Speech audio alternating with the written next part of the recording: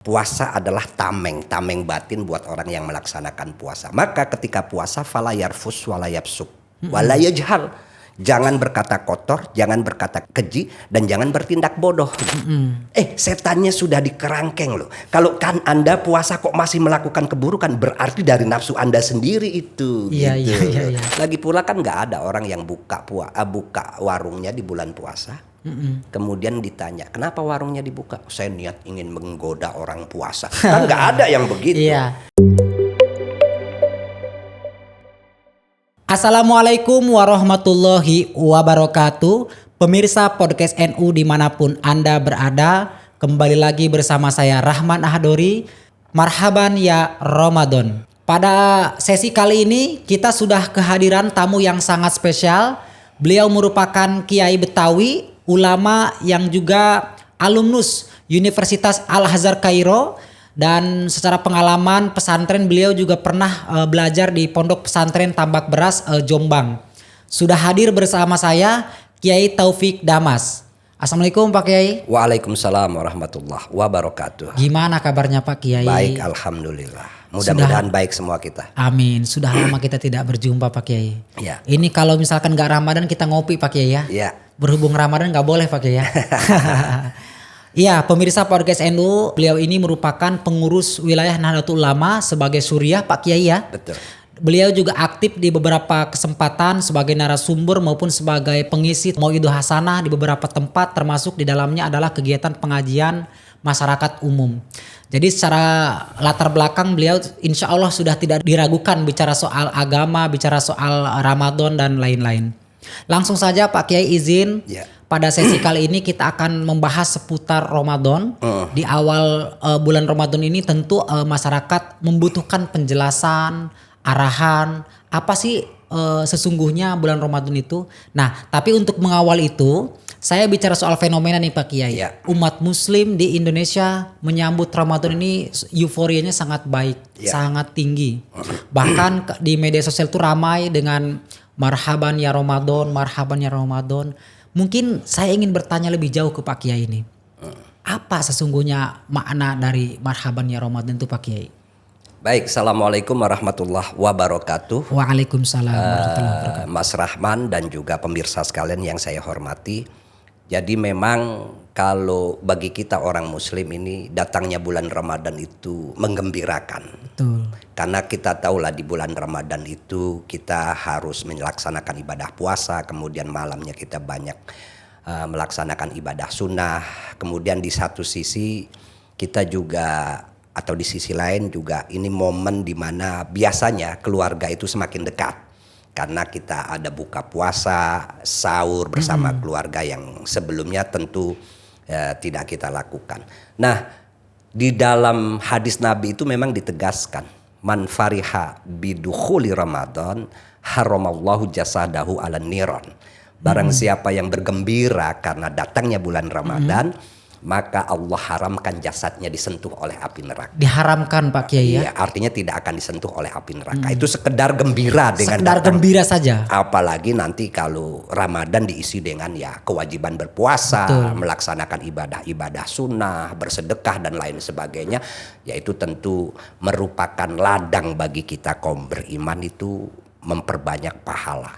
Oke, Pak Kiai, kita sebagai umat muslim, hal-hal apa saja yang harus kita siapkan menyambut bulan suci Ramadan ini? Yang pertama, kesadaran yang sangat penting dan ini sangat mendasar bahwa kita menjalankan ibadah Ramadan itu harus ikhlas. Murni karena Allah dan hanya untuk Allah. Itu penting sekali. Karena Ramadan dengan puasanya ini adalah bulan spiritual. Walaupun tentu semua ibadah itu artinya semua ibadah pada akhirnya bertujuan untuk meningkatkan kekuatan spiritual kita. Tapi memang bulan Ramadan ini khusus untuk kita itu betul-betul menghayati keikhlasan kita. Keikhlasan. Menjalankan ibadah itu murni karena Allah. Maka Nabi Muhammad memberikan panduan, man shoma Ramadana imanan wahtisaban ghufira lahu ma taqaddama min dzambi. Barang siapa yang menjalankan puasa di bulan Ramadan itu karena iman Karena ikhlas maka Allah akan mengampuni dosa-dosanya. Nah, iman dan ikhlas ini menjadi sangat penting bagi kita yang menjalankan ibadah puasa. Artinya apa? Ya kita memang secara sosial bergembira, menyambut, tapi ingat dalam batin kita, saya puasa ini bukan karena momen bersama, tapi murni karena saya menjalankan perintah Allah dengan ikhlas. Makanya imanan itu artinya ya sadar betul bahwa yang memerintahkan puasa ini Allah, bukan siapa-siapa. Allah ya. Bukan karena kondisi sosial rame-rame puasa kita puasa. Bahkan pahalanya langsung dari Allah. Betul, pahalanya langsung dari Allah. Walaupun semua ibadah itu memang dari Allah, tapi emang ada hadis secara khusus yang menegaskan kata Allah itu dalam hadis qudsi itu as-saumu li wa ana ajzi bihi. Puasa itu untukku dan aku yang akan membalasnya secara langsung. Nah, ini kadang-kadang orang suka bingung memahami ini. Gimana tuh Pak Kiai? Nah, jadi saya sering menganalogikan itu seorang bos di sebuah perusahaan. Betul. Itu menggaji pegawainya. Itu ibadah lain selain puasa. Gajinya pakai sistem, ya kan? Ya kalau di zaman sekarang tentu masuk ke rekening. Betul. Nah, kalau puasa ini gajinya, bayarannya itu nggak menggunakan sistem. Jadi ibadah yang membuat kita itu dekat sama Allah. Jadi Allah secara langsung membayarnya gitu. Tunai gitu ya. Tunai, dan itu jumlahnya tentu lebih besar daripada yang pakai sistem. Kalau yang pakai sistem ya sudah konkret, sudah instan. Katakan ada seorang pegawai yang gajinya 1 bulan 6 juta, ya sudah 6 juta. Biasanya kalau sistem tuh kepotong pajak Pak Kiai. Ya pasti. Nah, kalau ini langsung. Saya seorang bos umpamanya, ada pegawai yang memang mendekatkan diri kepada saya gitu. Dekat, kemudian baik, mengerjakan lebih dari pegawai-pegawai lainnya. Ya saya langsung memberi imbalan. Jadi langsung dari tangan bos gitu loh. Dan itu jumlahnya bisa lebih besar. Nah, itulah makna dari as-saumu li wa ana ajzi bihi. Puasa itu untukku dan aku yang akan membalasnya secara langsung. Makanya supaya kita betul-betul bisa mendapatkan janji Allah itu, laksanakan puasa itu dengan ikhlas. Ikhlas itu dalam artian apa? Tidak perlu minta dihormati orang, apalagi bikin spanduk hormatilah orang yang puasa. Tidak perlu. Tidak perlu. Pokoknya kita puasa karena Allah. Ada orang tidak puasa ya urusan mereka, bukan urusan saya gitu loh. Itu biasanya. Apalagi ada ngelihat orang puasa, ngelihat orang nggak puasa ngamuk, ngelihat orang marah-marah, ngelihat orang nggak puasa marah-marah. Apa urusannya? Kita puasa itu karena Allah. Adapun orang tidak puasa mungkin karena memang non muslim, atau karena memang dia ya orang muslim tapi memang malas puasa, itu udah urusan mereka, nggak perlu kita marah-marah. Apalagi sweeping warung, kan ada tuh yang begitu bulan puasa marah. Ramai kalau Ramadan Pak Kiai. Iya, tapi alhamdulillah Ramadan terakhir ini sudah nggak ada. Artinya apa? Kesadaran orang menjalankan ibadah puasa dengan ikhlas itu semakin kuat.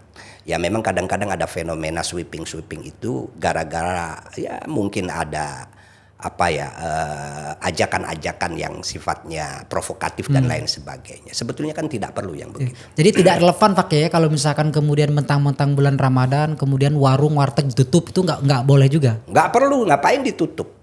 Karena mereka itu kan mencari rezeki. Justru kalau kita kerja di bulan Ramadan, beraktivitas di bulan Ramadan di luar kita lihat ada warung dan lain sebagainya, atau bahkan kalau di pinggir jalan ada orang yang ngerokok makan, kita lihat itu kan berarti pahala kita lebih besar daripada kita di rumah aja nggak ngelihat orang itu. Gitu. Kalau misalkan begini Kiai, orang yang kita tahu dia muslim tapi kita tahu dia tidak puasa kemudian ngerokok depan kita, itu sikap kita harus bagaimana Kiai itu? Ya kalau bagi saya biasa aja karena kita imannya ya. Urusan dia. Nah, sedangkan dia harusnya memang kalau dia mau hormati, jangan puasa di depan orang, jangan merokok ngopi di depan orang yang puasa. Jadi saling menghormati. Tapi jangan nggak perlu sampai marah-marah gitu minta dihormati. Paling tidak kalau saya seharusnya kita semua sudah pada level bahwa keberagamaan kita itu memang urusan kita masing-masing, spiritual gitu. Sehingga kita berkumpul dengan orang-orang yang tidak puasa pun nggak ada masalah. Betul. Saya menjalankan ibadah puasa itu karena Allah, untuk Allah gitu. Oke Pak Kiai, tapi kembali lagi ke pembahasan kita soal Ramadan tadi ya. Ada nggak sih Pak Kiai kaitannya dengan latar belakang kenapa kemudian di bulan Ramadan ini diwajibkan puasa? Mungkin Pak Kiai bisa menjelaskan dari aspek perspektif Islam ya. Ya jelas itu ayatnya kan. Ya ayyuhalladzina amanu kutiba alaikumusiyam kama kutiba alal ladzina min qablikum la'allakum tattaqun. Jadi ayat itu menegaskan kewajiban berpuasa bagi orang-orang yang beriman. Dan ingat, puasa itu ternyata juga sudah dilakukan oleh umat sebelum Islam. Udah ada, cuman caranya, jumlahnya, kapan itu beda-beda. Nah, umat sebelum Islam ini siapa Pak Kiai? Ya, umat Kristen, umat Yahudi dan umat-umat lainnya. Iya. Mereka juga punya tradisi puasa. Puasa. Ya, tentu tidak sama dengan kita. Kalau kita di bulan Ramadan penuh, kemudian 30 hari atau 29 hari dengan waktu dari subuh sampai maghrib itu. Nah, Pak Kiai, ini juga kaitannya dengan bulan Ramadan yang memang selalu diyakini oleh masyarakat.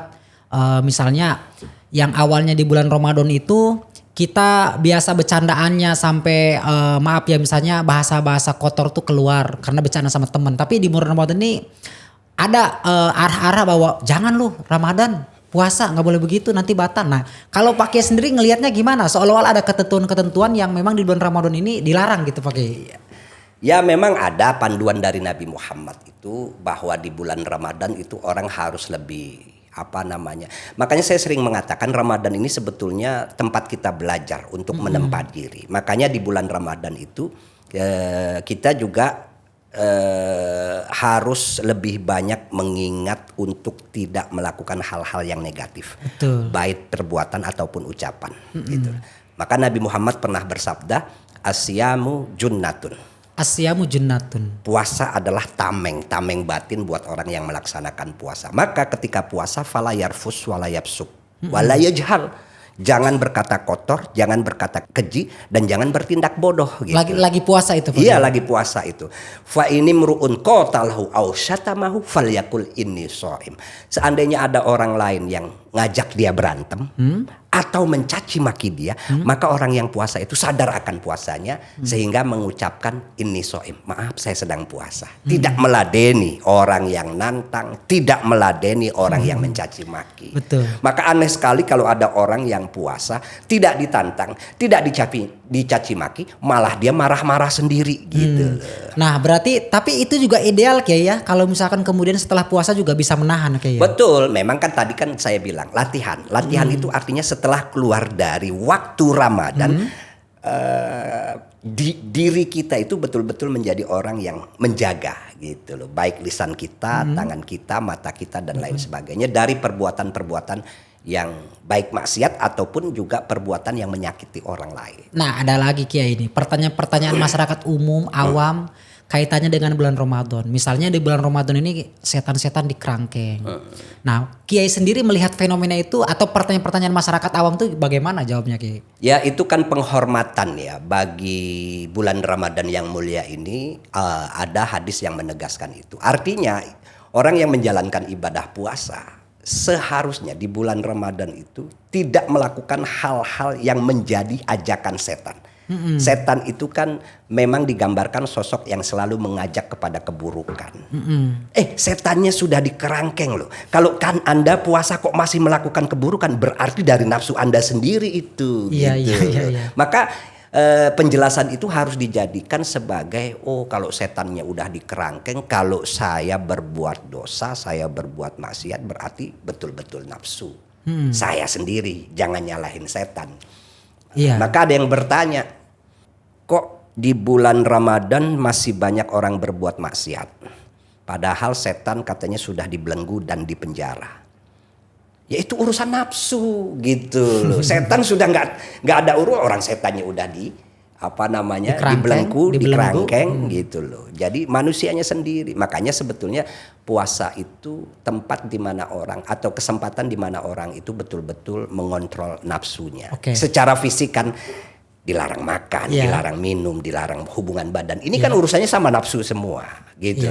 Tapi yang lebih spiritual itu ya nafsu dari bicara kotor, berpikir jelek, berpikir negatif gitu loh. Dan itu diupayakan setelah Ramadan berlanjut gitu loh. Betul. Nah Pak Kiai, dari awal sampai dengan saat ini yang disampaikan Pak Kiai soal Ramadan kan rata-rata soal banyak sekali ternyata keistimewaan Pak Kiai ya. Mungkin ada lagi yang disampaikan Pak Kiai kaitannya dengan keistimewaan Ramadan selain pahalanya langsung dari Allah, kemudian bernilai pahala yang berlipat ganda, apalagi pakai keistimewaan Ramadan. Ya tentu secara sosial tadi sudah saya singgung sedikit, itu momen merekatkan hubungan keluarga. Merekatkan hubungan keluarga. Ya kan, ya di luar Ramadan ya mungkin hampir tidak pernah satu keluarga bareng bangun kemudian santap sahur. Nah, kalau di bulan Ramadan kan wah orang apalagi di awal-awal ya, orang tuh pasti senang sekali. Kalau kita tinggal di perkampungan di Jakarta itu kedengeran suara piring sama sendok beradu kelintang kelinting, ngobrol makan dan lain sebagainya. Itu kan momen yang luar biasa ya, di satu sisi meningkatkan keakraban hubungan antar keluarga, kemudian juga ya di sisi lain menyenangkan banget gitu. Oke. Iya Pak Kiai. Memang tadi yang disampaikan Pak Kiai kaitannya dengan Ramadan ini banyak sekali yang bisa diambil ya, terutama kaitannya dengan rukun atau ketentuan-ketentuan di bulan Ramadan, termasuk di dalamnya hal-hal yang membatalkan. Ini ada satu lagi pertanyaan para netizen yang sebenarnya sudah masuk beberapa waktu yang lalu ketika kita sebarkan kaitannya dengan marhaban ya Ramadan ini Pak Kiai. Iya. Ini soal bagaimana kalau orang yang hiperseks, sementara kan kita tidak boleh bersenggama di bulan Ramadan ya, di bulan siang hari misalnya. Itu gimana Islam menyikapinya Pak Kiai?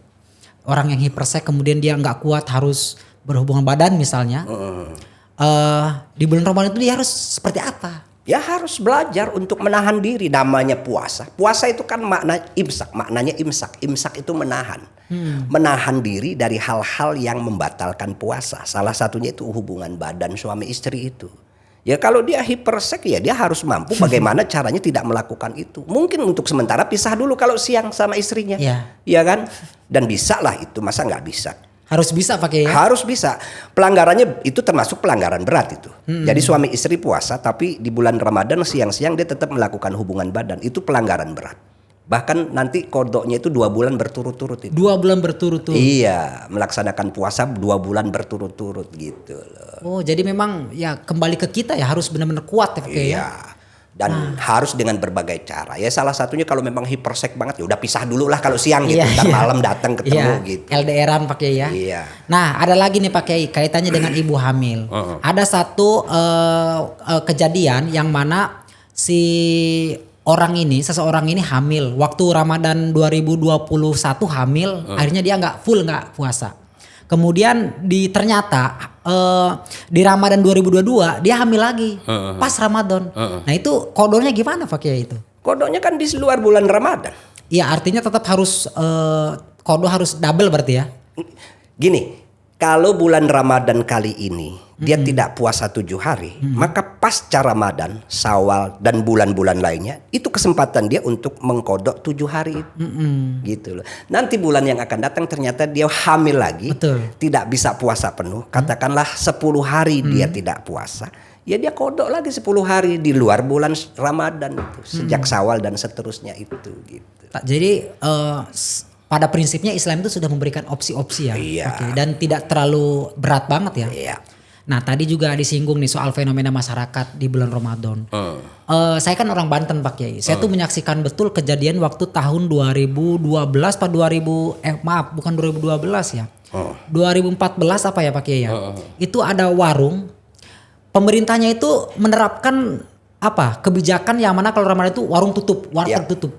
Ya dan kemudian orang-orang masyarakat Serang ini marah, dianggap pemerintah kita ini pusat tidak menghargai orang yang berpuasa. Itu sampai liar lah ke Pak Kiai perdebatan itu. Nah, Pak Kiai ngelihatnya gimana dengan fenomena masyarakat yang maaf ya secara nilai religinya itu menguat gitu ketika kebijakan itu diperankan oleh pemerintah gitu Pak Kiai. Inilah kita ini harus memahami dan menghayati bahwa menjalankan ajaran agama itu kita tidak butuh pengaruh pihak luar. Gitu kayak. Iya, kita itu harus betul-betul lahir dari dalam diri kita bahwa saya menjalankan ibadah puasa itu murni karena Allah. Karena Allah. Nggak perlu diatur-atur gitu loh. Ya. Ngapain? Sehingga ya tidak akan terjadi kalau orang memiliki kesadaran yang baik cara menjalankan ajaran agama. Ya gak gampang tersinggung lah. Walaupun warung buka. Saya kalau puasa ada warung buka 3, 4, 5 di tempat saya kerja. Atau di dekat rumah saya. Gak ada masalah tuh gitu. Lagi pula kan gak ada orang yang buka warungnya di bulan puasa. Kemudian ditanya, kenapa warungnya dibuka? Saya niat ingin menggoda orang puasa. Kan nggak ada yang begitu. Iya. Ya walaupun kemudian ada etika. Jadi tutuplah dengan hordeng gitu loh. Biar ya mungkin ada sebagian orang yang merasa terganggu kalau ngelihat makanan yang enak-enak gitu. Padahal kan kalau bagi saya kita lagi puasa nih, ngelihat teman ngerokok, ngelihat teman ngopi kan tantangan itu kan. Iya betul. Itu pahalanya lebih besar itu. Masalahnya Pak Kiai itu kan jadi peraturan pemerintah. Harusnya tidak perlu pemerintah ikut campur dalam hal-hal semacam itu. Harusnya Pak Kiai ya. Beri pendidikan yang baik tentang bagaimana cara menjalankan agama yang baik gitu. Dan perdebatan ini selalu muncul pas Ramadan Pak Kiai. Ingatlah kalau kita ini kan dalam sholat itu apa? Yang kita baca itu ada doa iftitah. Yang mahal syahidnya itu inna sholati wa nusuki wa mahyaya wa mamati lillahi rabbil alamin. Aku ini menjalankan sholat, ibadah apapun itu murni karena Allah. Matiku, hidupku murni karena Allah. Nggak ada urusan dengan pihak lain. Maka kalau orang menjalankan ibadah itu dengan kesadaran penuh bahwa ini karena Allah dan untuk Allah, disitulah spiritualitas itu akan meningkat. Iya. Gitu loh. Jangan menyekutukan Allah dengan hal-hal lain. Anda tidak akan puasa kalau tidak ada aturan dari manusia. Itu namanya Anda sudah menyekutukan Allah gitu loh. Begitu Pak Kiai ya. Betul. Kalau saya puasa ya murni karena Allah, nggak ada urusannya dengan anjuran pemerintah. Dan harus karena Allah Pak Kiai ya. Iya, nggak ada urusannya dengan peraturan A, peraturan B, nggak ada. Urusan saya dengan Allah, puasa. Saya sholat karena Allah, saya puasa karena Allah. Gitu. Oke Pak Kiai, penjelasannya sungguh sangat tegas pemirsa podcast NU, dan tidak usah khawatir ketika ada peraturan pemerintah yang seperti itu, sebaiknya kita nyari titik tengah Pak Kiai ya, agar tidak muncul keributan. Nah Pak Kiai, ini juga muncul lagi nih pertanyaan-pertanyaan dari masyarakat awam kaitannya dengan tarawih. Di bulan Ramadan kan pasti kita melaksanakan tarawih. Hukum tarawih itu sebenarnya gimana Pak? Ya sunnah. Sunnah. Kalau orang nggak tarawih juga nggak apa-apa. Nggak apa-apa, gitu loh. Tapi di kita kan euforianya bagus ya, maksudnya orang bagus di awal-awal, di akhir mah kosong nanti. Nah dalam hal ini ya, saya kan punya pengalaman tinggal di Mesir ya. Betul. Itu di Mesir tuh jauh lebih baik kalau soal taraweh gitu. Gimana tuh Kiai? Masjid di Mesir itu 10 hari terakhir di bulan Ramadan itu justru lebih ramai daripada sebelumnya gitu. Bahkan banyak orang yang kemudian iktikaf di masjid. Jadi setelah sholat taraweh mereka berdiam diri di masjid. Ya ada yang baca Quran, ada yang kemudian tidur sejenak, malam bangun, sholat sunnah, sholat tahajud dan lain sebagainya. Sampai sahurnya di masjid mereka. Jadi dari rumah udah bawa makanan. Dan itu berlangsung sampai akhir Ramadan. Jadi di bulan Ramadan akhir itu masjid kayak orang sholat Jumat. Jumlahnya itu rame sekali gitu. Beda dengan di kita. Awal-awal rame. Awal-awal rame, nanti malam 10 terakhir itu walaupun penceramah udah banyak menjelaskan keutamaan 10 terakhir karena di situ ada Lailatul Qadar, ya tetap aja yang hadirkan sedikit. Tapi ya nggak apa-apa, namanya kita ini kan punya budaya yang memang berbeda. Budaya kita ini kan lebarannya luar biasa. Mungkin ketika 10 akhir di bulan Ramadan orang udah sibuk dengan mudik, sibuk belanja, sibuk menyiapkan ini dan itu. Jadi ya tempat ibadahnya, masjidnya jadi melompong. Iya Kiai, betul Kiai. Tapi ini Pak Kiai sempat menyebar di media sosial kaitannya dengan orang yang tidak taraweh itu mengurangi pahala puasa. Oh enggak. Enggak Kiai ya. Gini loh, harus paham, puasa itu wajib. Orang yang menjalankan ibadah wajib itu pahalanya berlipat ganda di bulan Ramadan. Orang yang menjalankan ibadah sunnah itu pahalanya seperti pahala wajib. Nah kalau dia tidak taraweh, salah satu ibadah sunnah itu adalah salat taraweh. Kalau dia tidak taraweh, ya dia hanya tidak dapat pahala sholat taraweh, tidak mengurangi pahala puasanya gitu. Enggak. Ya salah kalau ada orang berpikir kalau nggak taraweh pahala puasanya berkurang. Ya enggak lah, dia tidak ada kaitannya Kiai ya. Nggak ada, puasa ya tetap puasa, dia dapat pahalanya. Nah kalau dia nggak taraweh karena itu sunnah, ya dia nggak dapat pahala. Pahala taraweh maksudnya. Betul. Kan yang namanya sunnah itu dikerjakan dapat pahala, nggak dikerjakan nggak apa-apa. Berarti narasi itu tetap salah Pak Kiai. Salah, nggak bisa itu pahala puasa berkurang gara-gara orang nggak taraweh itu. Siap Pak Kiai. Oke, pemirsa podcast NU tadi sudah sangat jelas sekali diuraikan oleh Pak Kiai kaitannya dengan bulan Ramadan, soal hukum tarawih, kemudian ketentuan termasuk di dalamnya adalah soal pahala tarawih. Tapi terakhir Pak Kiai, pemirsa podcast NU harus tahu ini soal hikmah Ramadan. Mungkin Pak Kiai bisa menjelaskan kepada pemirsa podcast NU hikmah bulan Ramadan. Hikmah bulan Ramadan itu saya ingin sekali mengulangi dan selalu menegaskan bahwa itu adalah momen di mana kita itu betul-betul menempa diri kita. Itu hikmah. Kesempatan kita itu kita begini, orang puasa di bulan Ramadan siang itu biasanya orang kalau lagi lapar, haus, emosinya gampang. Pasti itu. Makanya di bulan Ramadan kita menyengaja melaksanakan puasa karena kewajiban. Dalam kondisi lapar, dalam kondisi haus, diminta untuk menjadi orang yang sabar, menjadi orang yang ikhlas, menjadi orang yang tenang. Itu momen yang luar biasa. Artinya apa? Kalau ketika lapar dan haus kita bisa mengatur diri kita, bisa mengontrol emosi kita, tentu ketika tidak lapar jauh lebih bisa gitu. Oke. Baik, terima kasih Pak Kiai. Penjelasannya sudah sangat menyentuh kepada kita umat muslim. Memang ternyata di bulan Ramadan ini tidak sekaku yang diuraikan oleh orang-orang di media sosial, di masyarakat. Ternyata banyak juga yang belum yang keliru secara pemahaman Pak Kiai ya. Ya, pemirsa podcast NU, demikian sesi podcast kami pada kesempatan kali ini bersama Kiai Taufik Damas. Kita akan bertemu lagi di lain kesempatan dan jangan lupa untuk subscribe di Suara NU. Terima kasih. Kami undur diri. Wallahul muwaffiq ila aqwamit thoriq. Wassalamualaikum warahmatullahi wabarakatuh.